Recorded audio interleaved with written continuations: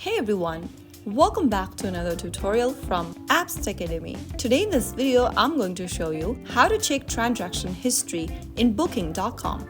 If you often book hotels, flights, or stays using Booking.com, it's important to know how to view your past transactions, whether for payment verification, cancellations, or a tax purpose.